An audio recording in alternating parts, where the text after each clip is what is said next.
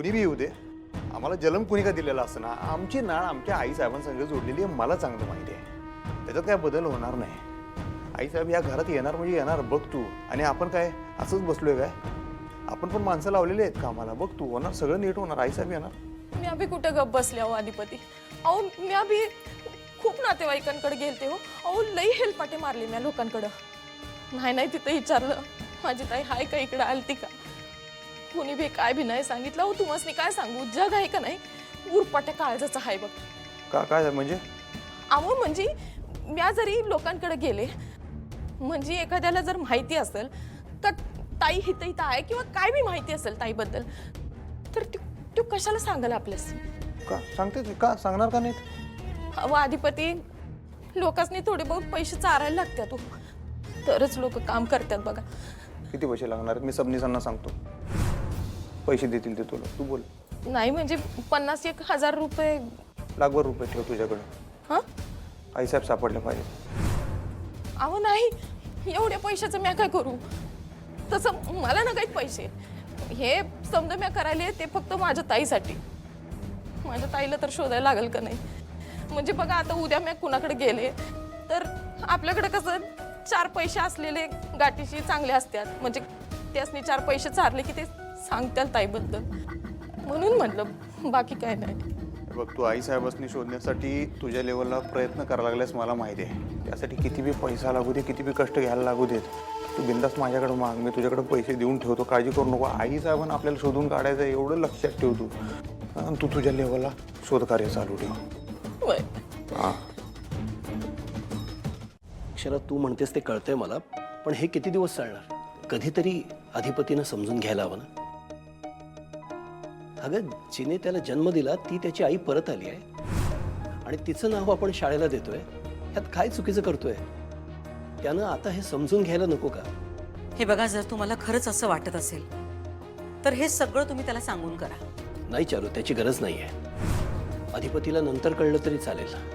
आधी आपण शाळेचा बोर्ड बदलून टाकूया आणि जे काही होईल ते आपण सगळे मिळून निस्तरू ना. बघू.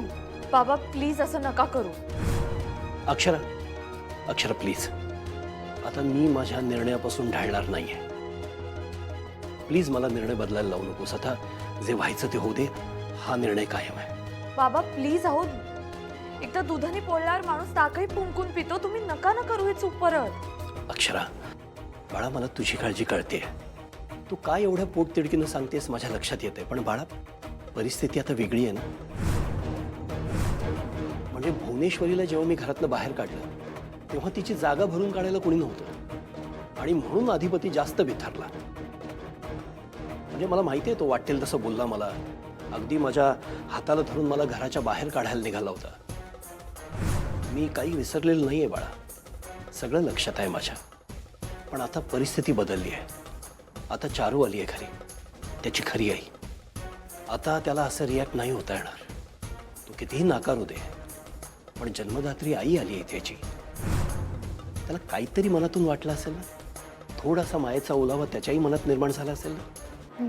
ते असेलच, पण म्हणून भुवनेश्वरी मॅडमचं त्यांच्या मनातलं स्थान कमी नाही होणार आहे. हो, मला सुद्धा हेच वाटतंय. अरे न का होईना, भुवनेश्वरीचं त्याच्या मनात काय स्थान आहे याने आता काही फरक पडत नाही. अक्षरा, मी शाळेचं नाव बदलणार आणि तो अधिकार मला आहे. प्लीज एवढं तुम्ही मान्य करा. मी काही स्वतःचं नाव देत नाही ना शाळेला, मी चारूचं नाव देतो, त्याच्या आईचं. आणि तू म्हणतेस तसं कदाचित होईल.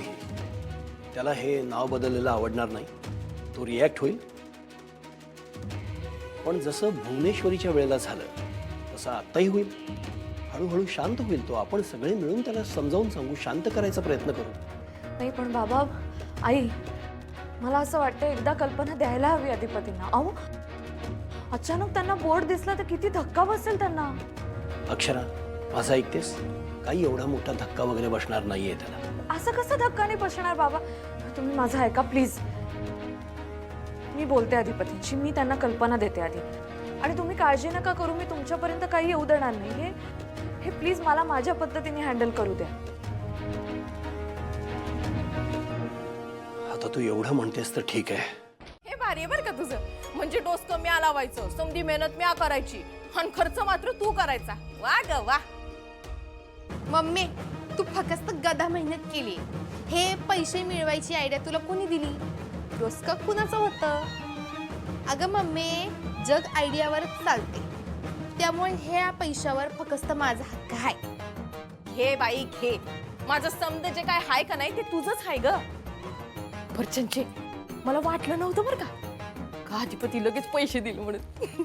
अगं मम्मी, ईश्वर त्याच्या लाडक्या आई साहेबांचा आहे, त्यामुळे तू 10 लाख जरी मागितला असतेस ना तरी तुला मिळालं असते. म्हणजे बघ की आपण का नाही पाण्यासाठी वन बाहेर हिंडलो आणि नंतर कळलं नळ घरातच आहे. नाही तर काय. मम्मी आता आपण हेच करायचं, नळ उघडायचा आणि पदा पैसे तर बादल्या भरून घ्यायच्या. मावशीच्या नावानं जमतील तेवढे पैसे उकळायचे. हा जवळ त्याला त्याची आई साहेब भेटत नाही ना तवर आपल्याला पैसे भेटत राहणार. आणि आपण लखपती व्हायचं. लखपती. मम्मी हा काय ग तुझी स्वप्न? का? करोडपती होऊ शकतोय आपण. हा